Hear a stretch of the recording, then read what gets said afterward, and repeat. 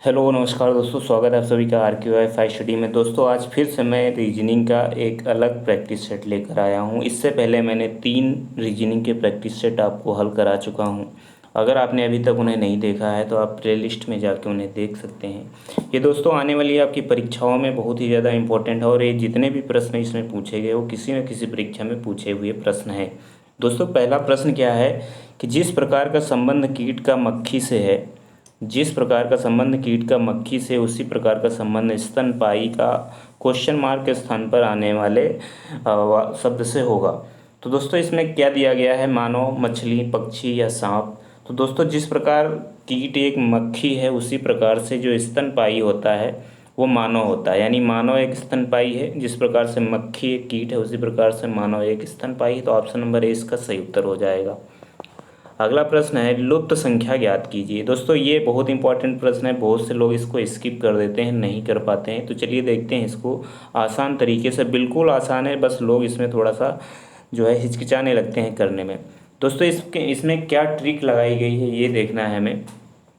जैसे कि मान लीजिए हम यहाँ पे ऐसे हल करते हैं 7 + 4 = 9, यानी अगर हम इन सबको जोड़ेंगे तो ये सही नहीं आएगा।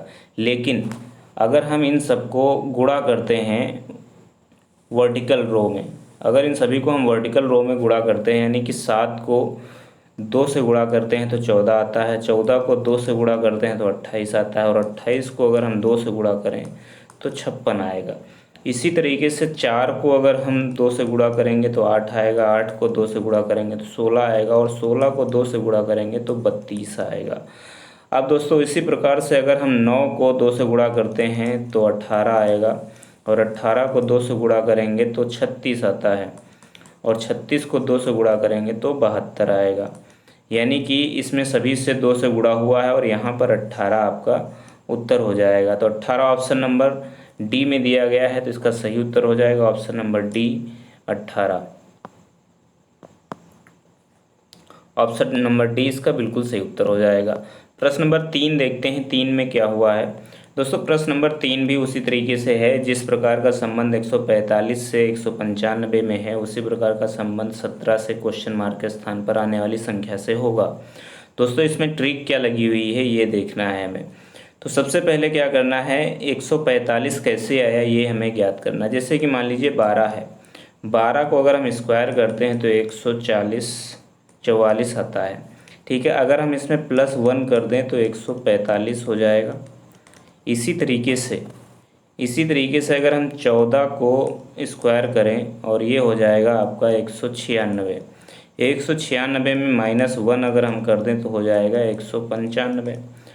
अब जैसे कि यहाँ पर 12 से 14 तक आने के लिए +2 किया गया है, उसी तरीके से अब हम यहाँ पे हल करते हैं 17 का स्क्वायर करके। 17 को अगर हम स्क्वायर 4 का अगर हम स्क्वायर करते हैं, 4 का स्क्वायर करेंगे तो 16 आएगा, और +1 करेंगे तो 17 हो जाएगा। इसी तरीके से 4 + 2 अगर हम कर दें तो 6 हो जाएगा, और 6 का स्क्वायर अगर हम करते हैं तो 36 होता है, और 36 - 1 करेंगे तो 35 आ जाएगा, और 35 जो है ऑप्शन नंबर बी में दिया गया है। तो ऑप्शन नंबर बी इसका बिल्कुल सही उत्तर हो जाएगा। दोस्तों उम्मीद है आपको प्रश्न समझ में आ रहे होंगे, ट्रिक भी समझ में आ रही होगी। अगर आपको ट्रिक समझ में आ रही है, वीडियो अच्छा लग रहा है तो लाइक और शेयर सब्सक्राइब जरूर करना। कमेंट करके भी बताना आपको वीडियो कैसा लगा। प्रश्न नंबर 4 है, यदि किसी सांकेतिक भाषा में कम को $+57 लिखा जाता है, डील को प्रतिशत 794 लिखा जाता है, तो कोल को उसी भाषा में कैसे लिखेंगे। सबसे पहले हम कम लिखते हैं। कम को कैसे लिखा जाता है, कम को लिखा जाता है $+5 और 7। इसी तरीके से डील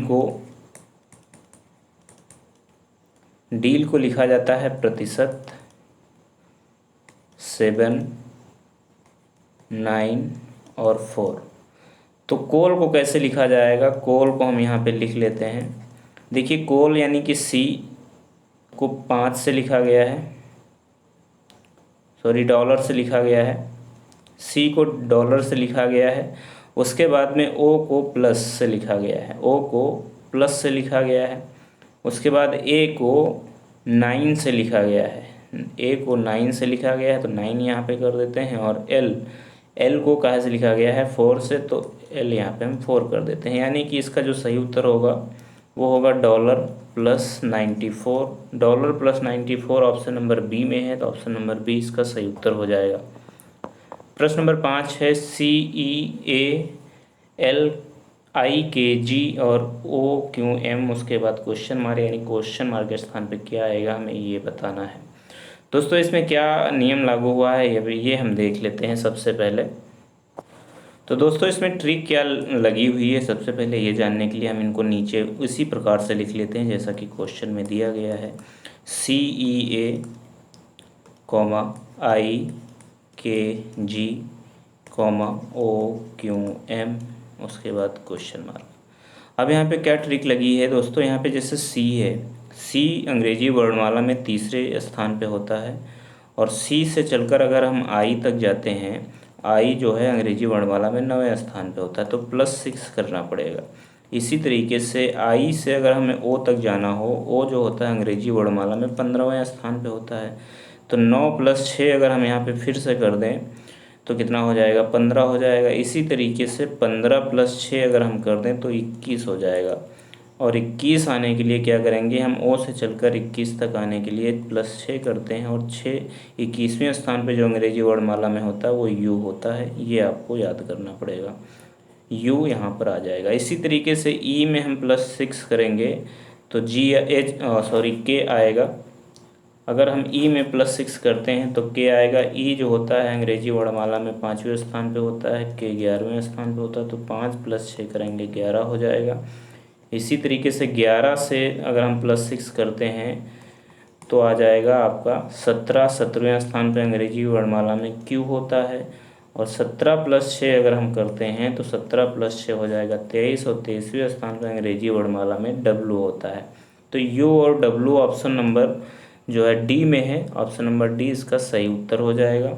आगे भी अगर हम करना चाहें तो ए +6 7 हो जाएगा, 7 स्थान पे हो जाता है जी, और जी +6 करेंगे तो 7 6 13 यानी एम हो जाएगा, और एम +6 करेंगे 13 6 19 यानी कि एस जो होता है वो 19वें स्थान पे होता है, तो यहाँ पर एस आ जाएगा। यानी इसका जो उत्तर होगा UWS, ये होगा UWS जो है ऑप्शन नंबर डी में है, तो इसका ऑप्शन नंबर डी सही उत्तर होगा। प्रश्न नंबर 6 है दोस्तों, दी गई श्रृंखला में गलत संख्या ज्ञात कीजिए। श्रृंखला है 3 5 13 43 176 891 और 53 53 में कौन सी गलत संख्या है ये बताना है। तो सबसे पहले हम इस संख्या को यहाँ पे लिख लेते हैं। 3 5 13 43 176 891 और 53 53। अब क्या हुआ है यहाँ पे दोस्तों, यहाँ पे सबसे पहले क्या हुआ है, गुणा 1 किया गया है, उसके बाद +2 किया गया है तो 5 आ गया, यानी कि 3 × 1 + 2 5 हो जाएगा।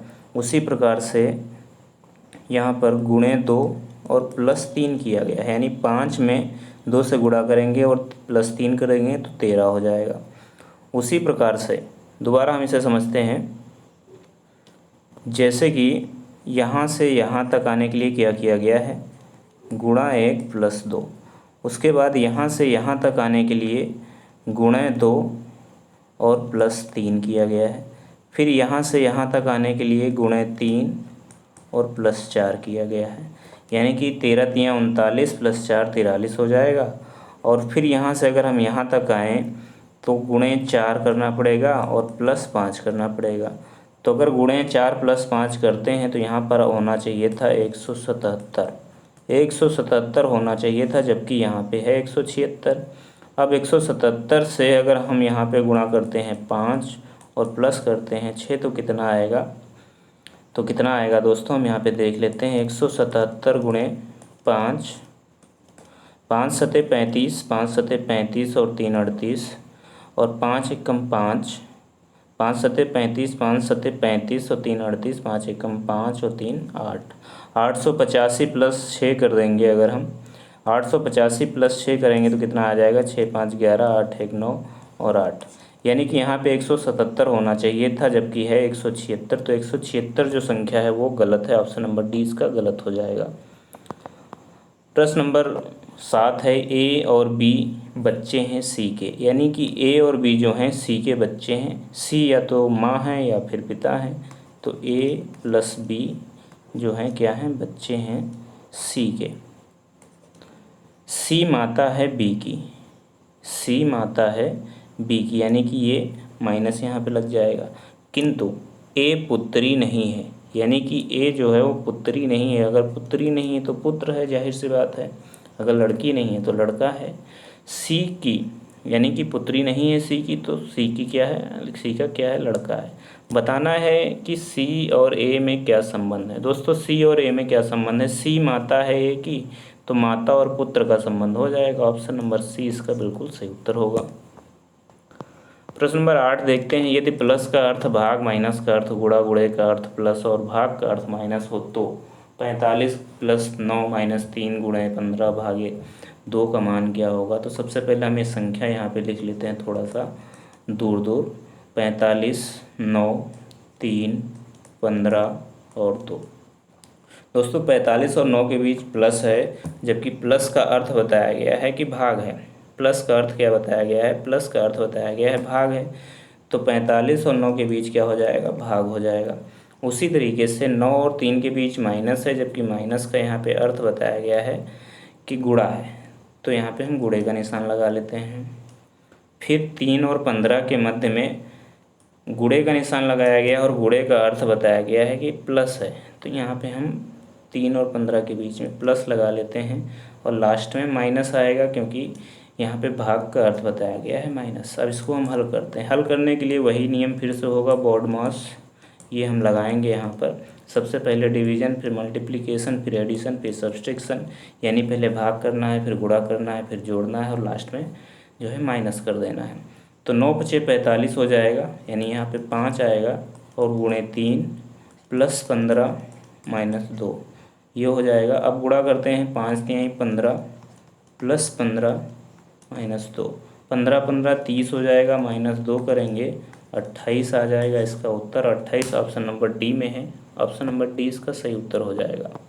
प्रश्न नंबर 9 है, सभी कौवे जो कावे हैं वो काले होते हैं। तो इसको हल करने के लिए हम गोला लगा लेते हैं। जो कावे हैं यानी कौवे जो हैं उसको हम यहाँ पे लिख लेते हैं, और जो काले हैं यहाँ पे लिख लेते हैं, यानी जितने भी कौवे हैं वो काले होते हैं, ठीक होते हैं। कुछ काली वस्तुएं सुंदर होती हैं, कुछ होती हैं यानी कि पूरा ये नहीं होगा, कुछ होती हैं, तो हम यहाँ पे सुंदर कुछ काली वस्तुएं लिख लेते हैं। अब इसका हम निष्कर्ष देखते हैं। यहाँ पे दिया गया है कुछ जो कौवे हैं वो सुंदर हैं। कौवे आपको देख रहे होंगे, ये हिस्सा कौवों का है, तो कौवे जो हैं सुंदर नहीं हैं, केवल जो काले हैं वो सुंदर हैं। तो ऑप्शन नंबर ए जो है, निष्कर्ष नंबर ए, ये गलत होगा, यानी ये सही नहीं है। दूसरा है कुछ सुंदर वस्तुएं काली हैं। हाँ, जो कुछ वस्तुएं हैं ये यानी इतनी जो वस्तुएं हैं ये जो हैं सुंदर भी हैं और काली भी हैं, यानी कि दूसरा का निष्कर्ष जो है वो सही है। तो ऑप्शन नंबर जो बी है, केवल निष्कर्ष 2 इसमें निकलता है, तो ऑप्शन नंबर बी इसका सही उत्तर हो जाएगा। प्रश्न नंबर 10 देखते हैं। दोस्तों प्रश्न नंबर 10 है। प्रश्न नंबर 10 में दिया गया है कि दिए गए समूह में विषम की पहचान करिए। दोस्तों अब इसमें क्या करना होता है, इस तरीके के हम सबसे पहले वर्ग करके देख लेते हैं, घन करके देख लेते हैं, गुणा करके देख लेते हैं, प्लस करके देख लेते हैं, तो कई तरीके अपनाते हैं। लेकिन इसमें जो तरीका अपनाया गया है वो इस प्रकार से है। जैसे कि मान लीजिए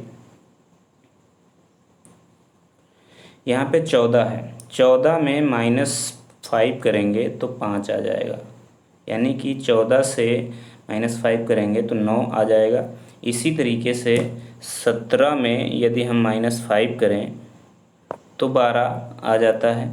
उसी तरीके से 42 में अगर हम -12 करें तो 30 आता है, और 21 में -5 करें तो 16 आता है। यानी कि जो सीरीज बन रही है -5 -5 -5 वो ए, बी और डी में है, जबकि सी में नहीं बन रही है। तो सी जो है इसका गलत विषम है ये, तो ऑप्शन नंबर सी इसका सही उत्तर होगा। दोस्तों प्रश्न नंबर 11 है, एच के एन क्यू का संबंध जिस प्रकार से जी डी ए एक्स से है, उसी प्रकार का एस वी वाई बी का संबंध किससे होगा। तो दोस्तों जैसे हम इसे लिख लेते हैं, एच के एन क्यू का संबंध जी डी ए एक्स से कैसे है। जैसे मान लीजिए जो क्यू होता है वो ABCD में 17वें स्थान पे होता है, जी 7वें स्थान पे होता है। तो यहाँ से ये नियम लगा है कि 17 में से अगर हम 10 माइनस कर दें तो 7 बचेगा। इसी प्रकार से ABCD में एन जो होता है वो 14वें स्थान पे होता है, और 14 में से अगर हम -10 कर दें तो 4 बचेगा, यानी डी आ जाएगा। डी जो होता है ABCD में चौथे स्थान पे होता है। के 11वें स्थान पे होता है, और 11 में से हम 10 माइनस कर दें तो 1 बचेगा। ए 1वें स्थान पे होता है। एच जो होता है ABCD में वो 8वें नंबर पे होता है। अगर 8 में से हम -10 करते हैं तो बैक हो जाएगा, यानी कि आपका पहुंच जाएगा एक्स पे। एक्स जो होता है ABCD में 24वें स्थान पे होता है। तो इस तरीके से इसमें ये नियम लागू हुआ है। तो अगर हम SVYB में देखें इसी तरीके से, तो SVYB का संबंध अगर हम मिलाएं तो B-10 करेंगे, B-10 करेंगे अगर हम, तो कितना पहुंच जाएगा। B-10 करेंगे तो आपका पहुंच जाएगा 27 - 10 17 + 2 19, यानी कि SR पे आ जाएगा।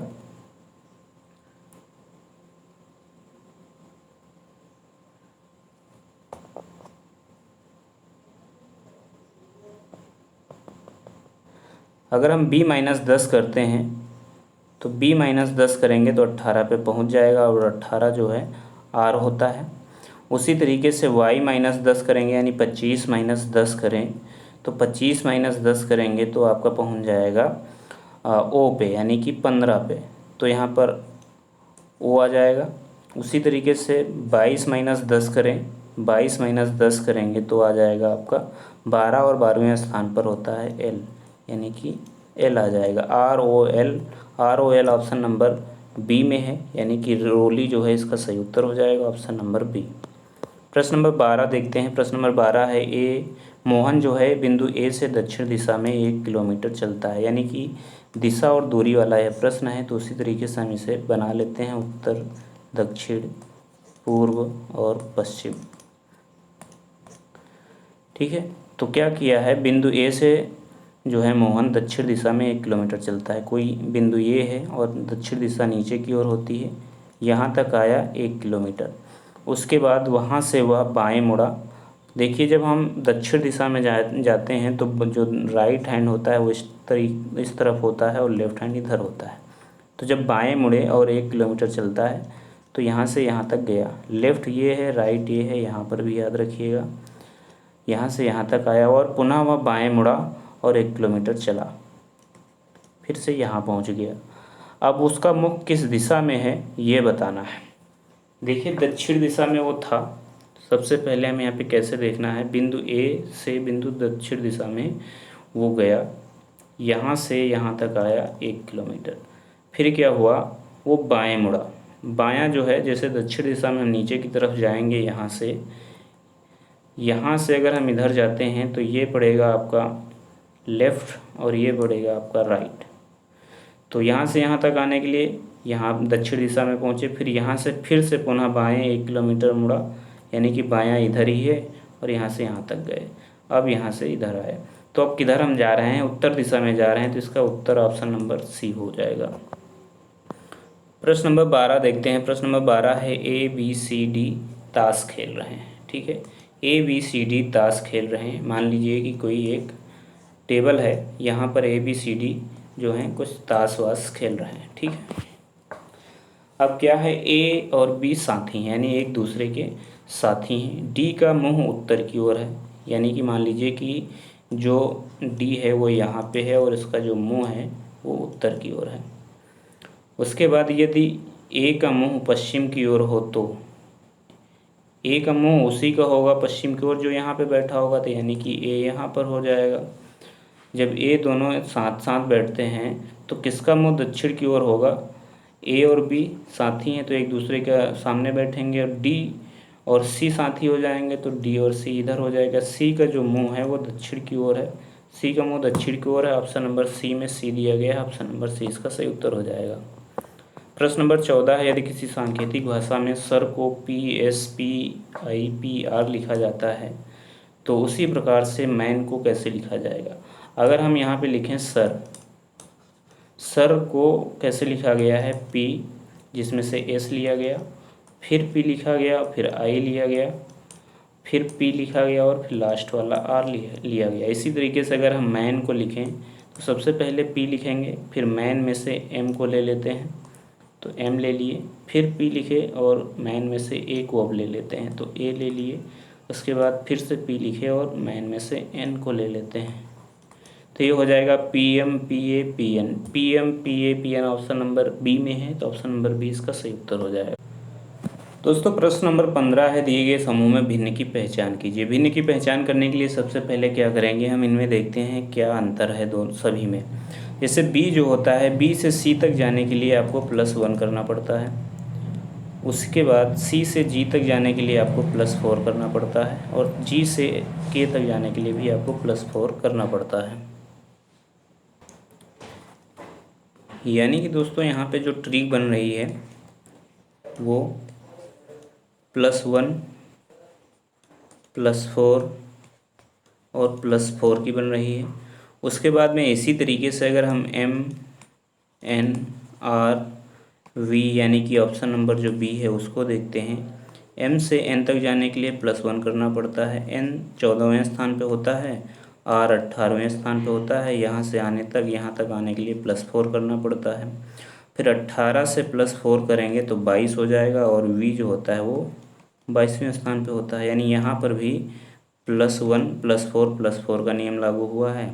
उसके बाद में R से S तक जाने के लिए +1 किया गया है और S जो होता है 19वें स्थान पे होता है, V 22वें स्थान पे होता है। यानी ये 19, ये 22 और 19 से 22 तक जाने के लिए आपको +3 करना पड़ेगा।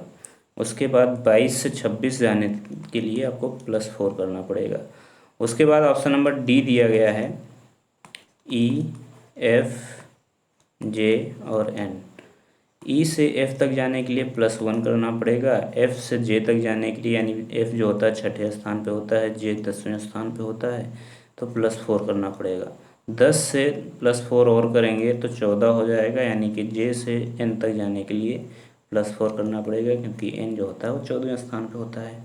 यानी कि A, B और D जो है उसमें +1 +4 का नियम लग रहा है, जबकि ऑप्शन सी में +1 +3 +4 का नियम लग रहा है। तो इस तरीके से इसका जो सही उत्तर हो जाएगा ऑप्शन नंबर सी होगा, क्योंकि ये बाकी से भिन्न है। प्रश्न नंबर 16 है, 10 छात्रों का एक समूह आपस में एक दूसरे से हाथ मिलाते हैं, कुल कितनी बार वो हाथ मिलाएंगे ये बताना है। दोस्तों इसका एक सूत्र होता है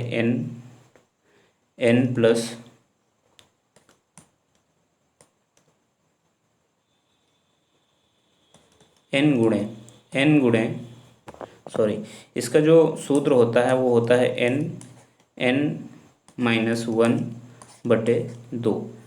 तो n का मतलब जितने छात्र हैं, यानी 10 छात्र हैं तो 10 यहाँ पे लिख लेते हैं, 10 - 1 करते हैं और /2 कर देते हैं। जब /2 करेंगे तो यहाँ पे आएगा 10 × 9/2, 2 पंचे 10 हो जाएगा और यहाँ पर 9 का 5 से गुणा करेंगे तो 45 आएगा। यानी कि जब हम एक दूसरे से 10 छात्र हाथ मिलाते हैं तो कुल कितनी बार हाथ मिलाएंगे, 45 बार हाथ मिलाएंगे। ऑप्शन नंबर डी इसका सही उत्तर हो जाएगा। तो ये थे आज के रीजनिंग के 16 प्रश्न। उम्मीद है आपको पसंद आए होंगे। अगर पसंद आए तो लाइक शेयर और सब्सक्राइब जरूर करना। धन्यवाद। जय हिंद, जय भारत।